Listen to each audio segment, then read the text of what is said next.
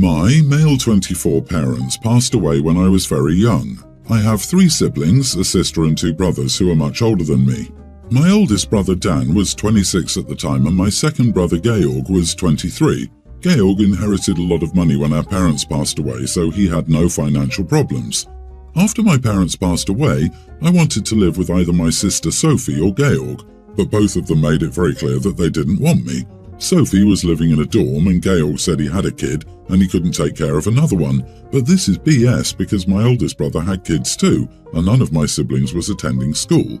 I didn't want to live with Dan because he was our half-brother and I wasn't close to him and he lived in another city away from all my friends and the rest of our family, but he was the only one who wanted me, so I went with him. Unlike what I thought, my oldest brother is actually awesome and I had a very good life. I still live with him. My other siblings didn't even bother to call much. This was a short background that might be relevant. Recently, Georg lost everything in a house fire. I don't know or care about what happened. All I know is he's in an awful condition. My sister left the country a few years ago, so my oldest brother is the only one who can help him. A few days ago, my oldest brother told us Georg and his family, wife and sons, tween and nearly adult, want to move in with us for a while because they have no other option. His wife doesn't have a family. We live in a 5-bedroomed house, Dan's room, my room, his daughter's room, his son's room and our gaming room, so we have the space for them to move in. Dan said he doesn't want to force us to give up our space and wants us to figure out something that works for us. My nephew said he's fine with giving up the gaming room or sharing for a short time, but I said screw them, I'm not sharing or giving up anything for them, and my niece does what I say, so she's on my side. Dan said he's a bit disappointed but won't force us to do anything. However, Georg and his wife think I'm a selfish idiot. You are the idiot, not because of not giving a damn about the brother who clearly didn't give a damn about you. You're the idiot because you're interfering with your half-brother doing for your other brother exactly what he did for you, helping out when help is needed.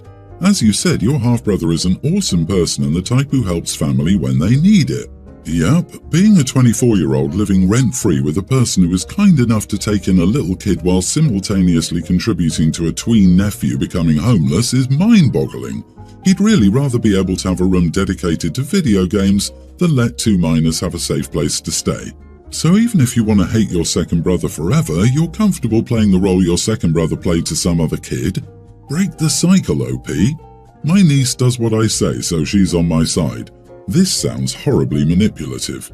It's Dan's home. I imagine this was more of a question posed to Dan's children regarding their comfort with having house guests since OP is a 24-year-old man and far from a child. OP is trying to manipulate the kids to get revenge, which is not okay. If the brother wants to help his sibling, he can do so, and if OP is not careful, he may wear out his own welcome. Honestly, it would be hard to help someone that walked away from you. Your half-brother is very kind. You're fortunate he took you in and gave you a good life, and you were so young when traumatized. Based on the ages of your nephews, it sounds like your brother and wife have a toddler and weren't prepared to have another child in the house. Forgiveness is good for your soul, not a suggestion to let them move in, just something that might help you.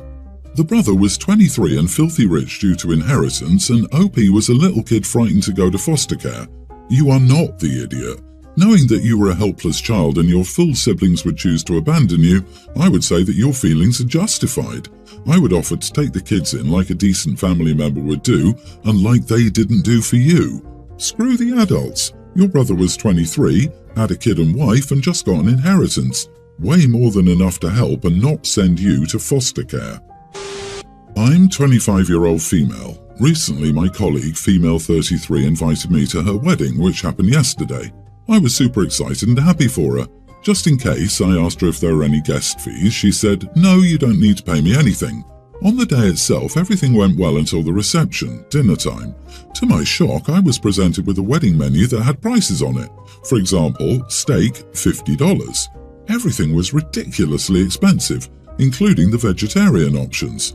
At first, I wanted to question her because, well, she lied to me and that I didn't have to pay for anything. But it was her wedding and I didn't want to spoil her day by embarrassing her in front of everyone.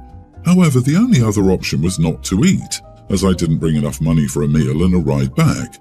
But this was completely unfavourable as I'd skipped my lunch to save space for the wedding meal and was pretty hungry. Suddenly, I remembered seeing a McDonald's about 5 minutes from the hotel. As tactfully as I could, I asked the bride if I could make a quick stop at McDonald's as I didn't bring enough money for the reception meal. I said that I'd be back in time for the gift ceremony and cake. I thought she'd agree, but to my horror, she got really upset. She said she put in so much effort to get this Michelin star restaurant service, yet I still wasn't happy. I was trying to bring her down by saying I'd rather eat McDonald's.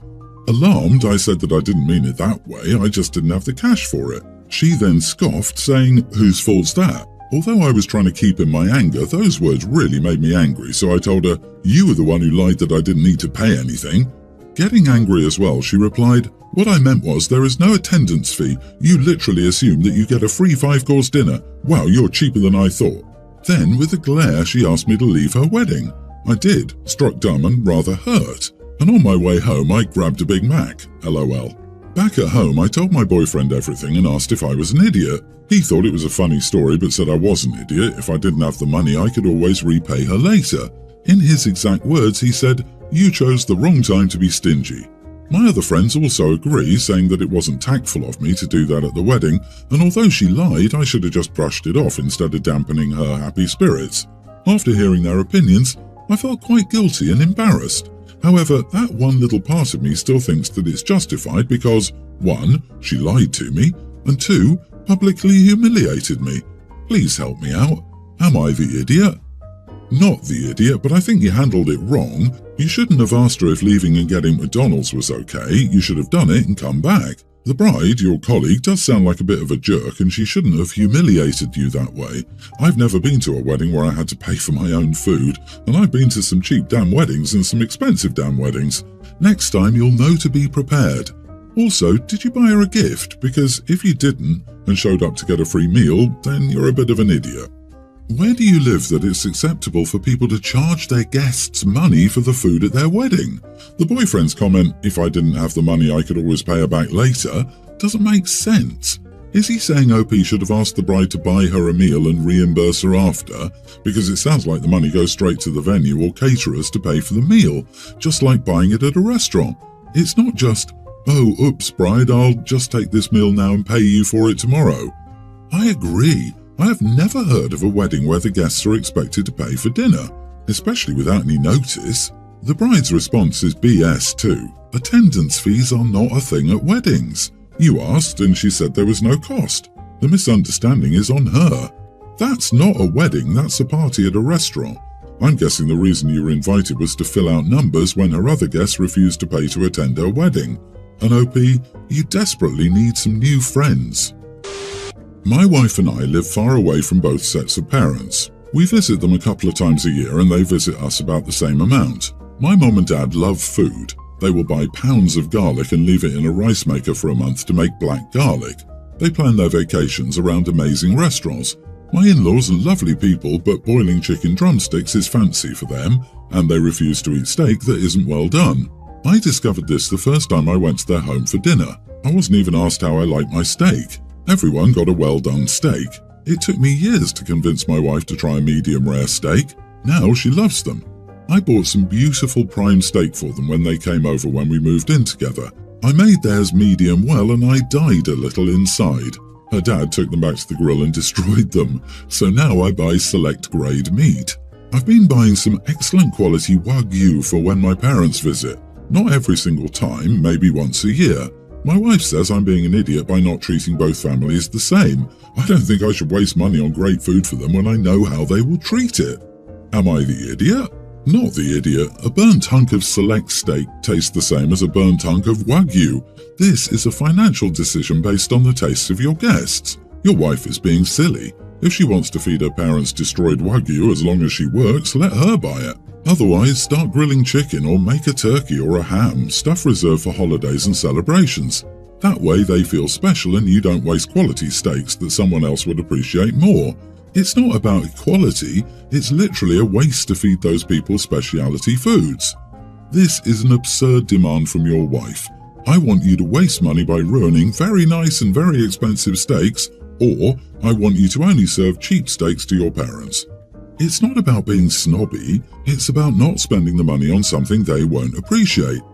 I disagree. Stop having steak with your in-laws. You can't feed them Wagyu and I understand why, But your wife can't accept you are being snobby about meat and giving her parents meat you know is lower quality on purpose. She's right. Serving food which you see as insulting is disrespectful. So rather than fighting about it until the end of time, understand that steak is not an in-law meal, and find one you can make with ingredients you respect and that they will enjoy. You're only an idiot if you demand that someone wins the steak fight instead of putting all of that energy into finding another showpiece meal you can all enjoy each other's company over. I, 35, have been married to my wife Jen, 30, for 3 years, and before that we dated for 6 years. She's also 32 weeks, 8 months pregnant with twins. She's my best friend and I absolutely adore her. With one minor flaw, she's a huge workaholic and perfectionist. While we both have very well-paying jobs, Jen's job is way more stressful and time-demanding. Even though she's brilliant and fabulous at what she does, she often works around the clock. On average 60-hour weeks at home and in the office. This wasn't a problem before, but about 2 weeks ago her doctor told her to take a step back from work, i.e. go on leave early, because the stress was starting to cause her a couple of health issues, even though the babies were fine. However, being the workaholic that she is, she's still been working from her laptop 6 to 8 hours every day, which I understand that she had a couple of cases that she needed to finish. But most days she was so focused on work that she forgot to eat meals and fell asleep at her desk. So yesterday when I got home, I realized she'd done the same thing again. I woke her up and told her she needed to rest in bed. She insisted that she was fine and said there was an emergency with a client of hers and she just needed to finalize some things for a co-worker. I asked her to take a break first and take a nap and eat, but she said she would once she was done and that it wouldn't take her more than an hour. I told her fine, but no longer than an hour, even though I was pretty annoyed.